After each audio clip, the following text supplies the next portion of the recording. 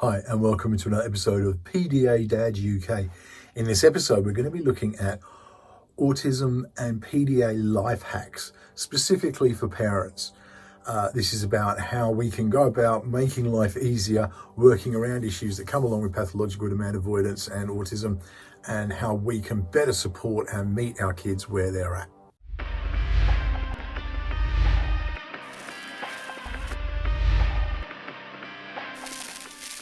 So as I say, welcome back to PDA Dad UK. Before we go any further, the usual bit, hop on, hit like, hit subscribe and ring the bell. You'll know that way when we've got new content coming up. And yeah, it's a good thing to do. It really helps from my perspective to get this stuff out there with the algorithms that YouTube use. As I say, what I want to look at in this episode is basically life hacks for parenting autism and parenting pathological demand avoidance. Being a parent to a neurodiverse kid is a wonderful, wonderful thing. And I've learned so much about the awesome side of being neurodiverse and the advantages it brings and the joy it can bring. Conversely, you also learn about the challenging side of things, especially when it comes to pathological demand avoidance. Being able to get through the day and avoid meltdowns. More than that, reduce the anxiety so our kids are just better equipped to get on with their day and be the amazing people they are. So the first life hack I've had to learn has been looking for triggers. Now, we talked about this in many episodes and you hear a lot about this, but being able to identify when you can see things are starting to escalate and it may be leading towards a meltdown or a shutdown or however it is that your kids may express themselves when they're in that frustrated state. It's all about knowing when the anxiety is peaking. And we've looked before about how anxiety and autism are just intrinsically linked. Being able to manage anxiety has really helped my daughter to overcome a lot of the issues that we face on a day-to-day basis. When she's less anxious, she's less likely to move into meltdown and move into, challenging behaviours that we experience, the violence and aggression that come along with my daughter's presentation with pathological demand avoidance and autism. So learning to look for triggers, and there are certain things you can see. She gets a look in her eye. Now, sometimes you've got to sort of learn to read these things and know what's coming. But she gets to a point where it's like, okay, you can see this is coming, and it's then, let's go and quickly do something else. Reframing the day, let's just go and do something different. And somehow that can really help move things along. The other side of it is that if that's not going to work, at least I'm aware something's coming and I'm on a higher alert. I know that I've got to keep an eye on things and make sure that she's not going to try and hurt herself or anybody else. And we can, be prepared and step in quickly when that happens. Triggers are an intrinsic part of what goes on. So a perfect example for us is actually we've learnt the time of day has a big effect. My daughter will often have challenging behaviours early in the day, and we know if we're going to have a bad day early on because we see it in the early behaviours. What we do find is that when we hit around 3-4 o'clock, mid-afternoon to late afternoon, that's when we're likely to get the proper acting out of behaviours and the challenging behaviours that present. So just knowing, we know at that time we need to be on a higher alert. And that's especially the case on weekends and school holidays and stuff like that, where she's home. We've learned to look for that and to know that's coming, be on higher alert and be ready to step in when necessary. Another trick has been to basically get a lot of sensory toys and a lot of sensory items that will really help my daughter. Her bedding's a big part of things, so the texture and the feel of bedding, she likes the teddy bear material quilts and stuff that you get. So we've got those on her bed. She just responds a lot better to those. But it's other things as well. She's got become a real fan of these poppets that you see now. And there's just fiddly toys, things that she can do that are just keeping her hands occupied, funnily enough. Now, I do this. Part of the reason I play guitar is because it's something to do with my hands when I'm just sitting around. People do it with their phones. It's really a form of stimming in a lot of ways. It's just a socially acceptable form of stimming, which is a ridiculous statement in itself. All stimming should be socially acceptable unless it's, injuring themselves or somebody else. But just because someone's flapping their hands or shaking, what's the problem? It's hurting nobody and it's helping them. But things like sensory toys can really help them as well, because I mean, for my daughter, she's aware when she's out and about of things like her stimming. She curls her hair, which she can't do at the moment. We had an incident the other day, and she's got very, very short hair now. But back in the day, she would curl her hair, and that was her stim. But what she's found is that with the sensory toys, with the poppets and fiddle toys and stuff like that, she can very easily just pick these up and just pop away, and it's just something that helps her through. Another thing we've got is the trampoline, and I've got a boxing bag. So I did boxing as part of my fitness regime before we really hit lockdown. But we've got a boxing bag. She won't use that. I've tried to get her into it, but she, you know, the aggression and stuff, it's the perfect for her just getting in there, but she doesn't really gravitate. What she does love is the trampoline, and the trampoline's great because it's an exertion of physical activity. It's actually a sensory experience. You know, she does a lot of the flips and you know, the bottom jumps and stuff like that. And it creates something, and it is perfect for her, because it's not just a case of going and doing something active. The act of jumping, the act of being in the air, and the different sensations of landing and jumping again make a huge difference when it comes to, you know, that sensory input.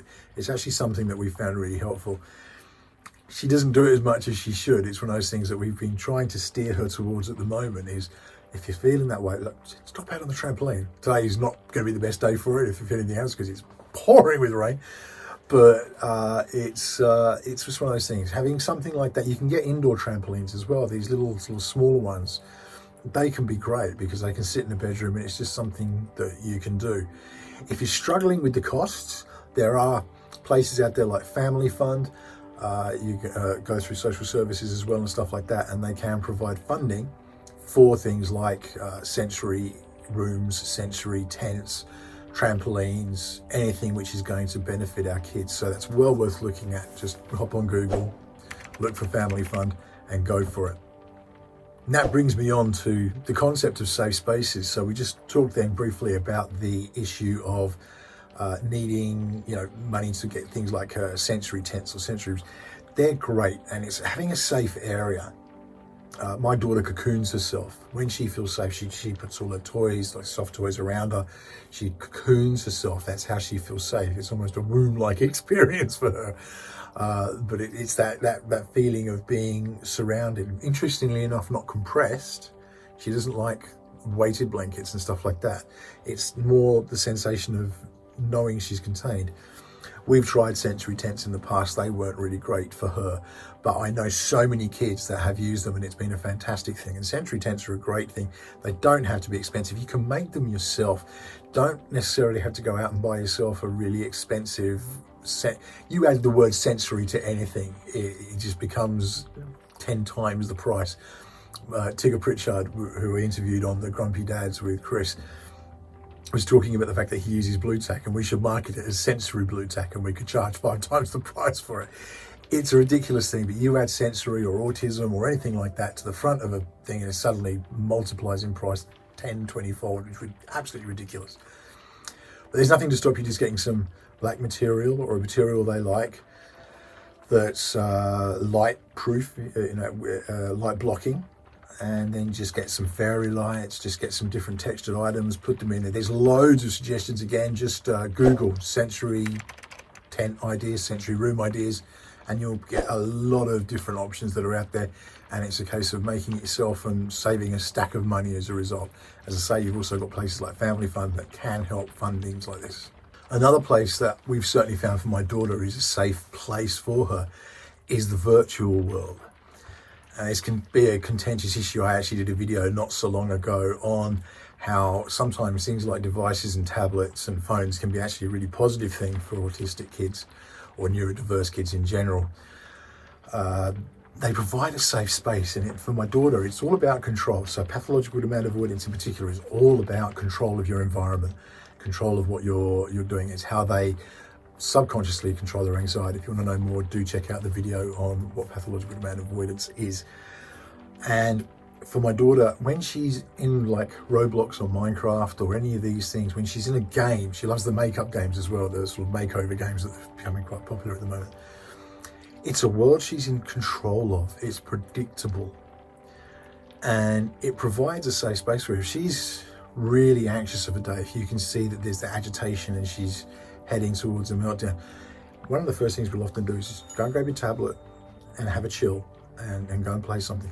Taking her out of the real world experience, which can be, sensory overload in so many ways, especially when you've got family. We can't help that. My son wants to play. He might want to be listening to something. He might be running around.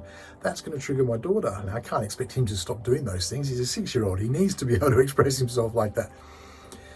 Her going up to her room and spending some time on her tablet refocuses her. And again, you can get things like noise cancelling headphones. So they're fantastic. I actually just got some myself. And the difference, so people may not be aware, I certainly wasn't. Noise cancelling isn't just the padding that's around the headphones or anything like that. These are actually earbuds that I've got, AirPods. And you pop them in. And there's a technology there that actually shuts out the sort of sound around it. Now, I often have a fan on in my room when I'm going to sleep, and it really disarmed me at first because I popped these things in. Then, they know when you put them in your ear, there's all the sensors in them and stuff. And suddenly the noise cancellation clicked in, and it was just like, and I couldn't hear the fan. It was just really quite bizarre. I didn't have anything playing at that point. I just put them in. And they're a great thing, and you can get the over-ear types. They're a really, really good thing. If you can get noise-cancelling headphones, again, there's something that you could get funded if you need to from places like Family Fund. They can make a big difference. If you've got kids who are struggling with the world outside and the sensory inputs and the sensory overload that the world in general can bring, the lights, the sounds, just the general chaos of everyday life, dinner times, you're in the kitchen, you're cooking, kids are coming home from school, it's all just noise and stress, really. That's going to that really has an effect on my daughter. And so something like the noise cancelling headphones, fantastic thing. Or you can just get the standard ear protector type things that aren't headphones and just cover the ears. They can really help. A lot of kids find that a lot of help. Great thing about things like earbuds is they're kind of subtle. So if you can find you can get cheap pairs, you don't have to get the expensive ones. Just make sure they've got noise cancelling as part of the product, and they can go in the ears. Again, that might cause a sensory issue to itself. My daughter doesn't like things in her ears. That's when you look for the over ear. But just the difference between having headphones to having, ear blocks, it makes a big difference to how they feel about themselves. That can be really attention drawing. So just another really useful thing that can really help. A big one for us, and this is a life hack that I still discovered by accident with our house. My daughter had a monumental meltdown, and one thing I try and do is have a decompression time after any time that we've had that. So I go up, we have to talk like a debrief almost. Make sure she knows, regardless of what's happened, I still love her with all my heart. That she's not devalued because she's had these challenging moments. But she was still in that sort of huff point, and I was sitting on a bed. I was sitting on a chair, sorry. She, at that point, had a cabin bed that we tried to make into a sort of sensory area. As I say, didn't really work. She found them a bit scary and didn't like it. But at that point, she was under there. And so when I said, look, why don't you just come for a cuddle? Let's just have a cuddle and let's forget about this. And she sort of had the mattress sitting on her, and she pushed it up so it was blocking out completely. But what she said was, no, the bank's closed. And it was just such a funny thing to hear. And I just started laughing, and she couldn't help but laugh then. It was contagious. And once we were both laughing, it completely evaporated the situation. Sometimes just being able to find humour or distract in that way completely changes things. So if you can look for ways to, change the track and provide humour, we do it with cheeky words and stuff like that. We do it with my son. My son's neurotypical, but it's one of those things, if he's feeling grumpy, I just go and tell him he's got to go and say bottom to mummy, because it always makes her laugh. And he gets right into it. It's that sort of thing of, it just distracts the situation and takes the focus away from the challenges. So that in turn leads me into the next one, which is compartmentalization. Now, again, I've spoken about this before, but I think it's something that's always worth mentioning. It's something I suck at, and I try really hard. It's something I had to make a really conscious decision to do, and that's to compartmentalize whatever's happened. What I mean by that is I have a tendency to, especially if it's happened early in the day, if there's been a real meltdown, if there's been a real, so to explain, my daughter, when she's in meltdown, will say horrific things, and it can be really cutting. I know she doesn't mean it. I know she doesn't. She actually came to me the other day and told me completely out of the blue, you know, I don't mean the things I say when I'm upset. Of course I do, of course I do. But she will say really harsh things, and they can really temper the day. And you can kind of write a day off on the basis that it's happened early, and it, you know, just makes the rest of the day that much harder, especially if you're out and about and something's happened, and then it feels like the rest of the day's a dry. I've had to learn, and I, as I say, I suck at it, but it's something I keep trying to do. If we've had an occurrence, if we've had something that's occurred, is to, once it's done and dusted, leave it in the past, leave it, like, draw a line under it and just move on. Otherwise, the whole day becomes affected by it. And that's a really negative thing, and it won't help my daughter. And this is what I've learned. If I carry that with me, she picks up on it, which in turn plays on her anxieties. And then the anxieties lead to further issues with challenging behaviours and things like that. If I can just move on, she can't help that she went there. She can't help that she had a meltdown. That's not something that's within her conscious form of decision making. It's something that happens, that's natural, as part of living with high anxiety, living with autism. It leads to meltdowns. It's just a fact of, you know, where these things are. If I can then move on, not let it temper the day, not let her pick up on my frustrations from it, it makes the rest of the day a lot simpler. It makes my day better. More importantly, it makes her day better. And, you know, that's what we all want. We're all looking for the best for our kids. So that's one thing I'm still learning to do, but something I've definitely found is really important. Compartmentalize, be able to block that off as, okay, that was something that happened and we're moving on now. You know, it comes back to the whole thing of when you carry unforgiveness, if you like. It's something I've come across from, you know, some relationships in my childhood and stuff like that. I carried the anger and you know, judgment and frustration around with me. And somebody said it's like drinking poison and hoping it's going to kill the other person. It's not going to work. It's just affecting me. So I had to learn to let that go. And that's on a much bigger scale. But on this day-to-day basis of being able to just shut off and go, you know what, it happened, moving on, and enjoy the rest of the day, makes a big difference to how the rest of the day can play out. One major thing that a lot of autistic kids will struggle with, certainly a lot of PDA kids will struggle with, is sleep. Now, you know, I've done an episode all about sleep health and melatonin. Do go check it out. It's worth looking at. There's a lot of good advice and stuff in there. But sleep and stuff is something that really, a lot of autistic kids struggle to produce naturally melatonin. Now, melatonin is the hormone the brain sends out that says it's time to go to sleep, or it's time to get into that mode. It doesn't put you to sleep. It's your body letting itself know we're moving into nighttime now. And it picks up on things like light and stuff like that. That's why blue light on devices is really shitty. You can get filters which block that out. It's all on that video, so do go check it out. But if your kids are really struggling, see your GP, get a referral to a paediatrician and chase up melatonin, because if they're not producing it naturally, if your kids are up till 11, 12 at night and then they're up again at 4 o'clock in the morning and they're waking up all through the night, it's likely that their body just isn't producing the melatonin, and so it's not aware it should be going to sleep now or it should be resting. Melatonin can be really, really, really helpful. It was an absolute godsend for us. The difference between pre-melatonin and post-melatonin for my daughter, and just how she sleeps at night. She still gets up several times a night. The difference is she's on a slow release form called Circadin, and she'll get up and she'll go for a wee or whatever she needs to do, and she'll get back into bed and go back to sleep. That is, you know, a miracle in itself. So definitely, if you're having issues with sleep, get it followed up. And that leads me to the next sort of thing, which is like, keep nagging. No matter what you hear, and I spoke just very recently on parent blame.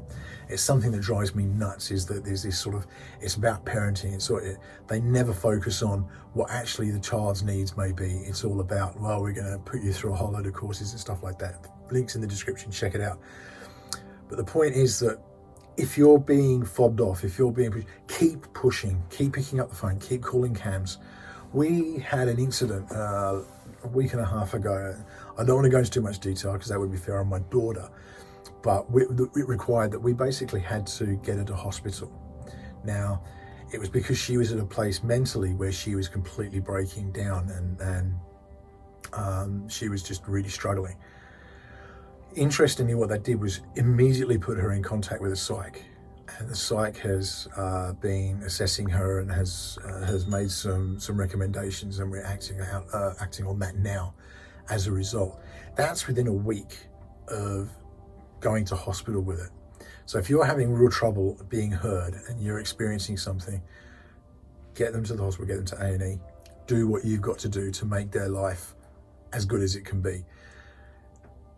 Don't give up. And it's so hard. We have a system that is designed to blame everything else first and look for the potential neurodiversities afterwards. The ridiculous thing in that is that if we were supporting the neurodiversities early on, there'd be a lot less problems down the track. There'd be a lot less mental health issues down the track. And it's a shocking system, and it's something I'm really working to sort of lobby to change and advocate to change. But as it is at the moment, just use the facilities that are there. Pick up the phone and speak to CAMHS if you're waiting for referrals for autistic diagnosis, ADHD, whatever. Keep nagging, keep on at them. Make sure you're speaking to your doctor. If you're getting dismissed, keep trying, keep trying. You are a parent and you know your kids better than anyone. And I don't care what any professionals say. This whole thing of we're the professionals, we're just a parent, makes me so angry. It's not true. You know your kids best. You're with them the majority of the time. And, get acquainted with things like masking. Learn, educate yourself. There's a video I've done on masking. If schools understood masking, we'd be in so much of a better place with getting diagnoses sorted and stuff like that. Keep nagging because you know your child best. The final thing I want to talk about in the sort of life hacks for our kids is the illusion of control. Now, this one really plays into the pathological demand avoidance side of things. As I've spoken about PDA in the past, you can check that video out. But a massive element of PDA is the need to be in control, the whole aspect of it. The reason they avoid demands is because it puts them subconsciously in control of the situation. Learning to give the illusion of control is brilliant. Difficult to do, and it's made even more difficult by the fact that my daughter picks up on, so a good example, really basic, is go tidy your room. That presents a demand. Then that demand results in a demand avoidance, which can lead to meltdowns and challenging behaviours. By going in and saying, what should we put away first? Where would you like this to go? And actually being part of it with her, but giving her decisions so that she feels that sense of control makes a big difference. Now, as I say, my daughter's smart. After a while, she's sort of learned, you just want me to tidy my room, and that kicks in the sort of idea of a demand. And that creates the demand avoidance. However, it's still worthwhile doing, and just learning to continually reframe your questions or your demands so that they don't feel that way. Making games of things, just looking at different perspectives and different ways that you can present something so it gets done as it needs to be done without providing the same level of anxiety due to demands being presented to our kids. So that's not it. What I want to now just move on to is you. You're the linchpin in this situation. You matter. And it's something that we often forget. It's something that's very easy to let go. You put yourself last on the list. It's a natural thing to do as a parent. Everybody else comes first. Your family comes first. Your kids come first. Your partners come first. And you kind of find yourself getting knocked down the ladder. Now, I've spoken again about this before, but it's really important to revisit. On the planes, when you sit on a plane and they give that whole speech at the beginning about, your exits are here, they talk about the oxygen masks that fall. And they say, put yours on first before you put your kids on. The reason for that is because if you haven't put yours on, you could then pass out, and then you're useless as a support to your kids from that point on. That's what this is. You looking after yourself is making you at your best to support your family and your kids. It feels selfish. It feels like something you're doing that really should be, But no, taking some time for you is not a selfish thing. It's needed. It's helpful. It's healthy. And you've earned it. You deserve it. Don't ever think otherwise. You are important and you matter. Take time for yourself in the day. For me, I do it at night. Everyone else has gone to bed. I'll lie in bed. I'll pop the earphones in and I'll watch Rick and Morty or whatever it is that's on. I just take that time for me to decompress, play a game, read a book, whatever it is to get music for me is a huge thing. Being able to just chill out. If I go for a drive, chuck on the music, it's very loud. But it's what I need. Music for me is a safe place, if you like. And it takes me to a healthy place in my head. And it's my decompression, and it allows me to be me, which means I go back into the home situation refreshed and better off. And it's so important. And don't be afraid to say where you're at. So before the summer holidays, I did a video on this about my mental health. Before the school holidays, I knew I was heading downhill.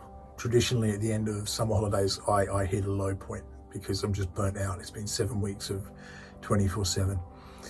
I spoke to my GP and they put me on a very mild antidepressant, basically to help me through so that I didn't dip.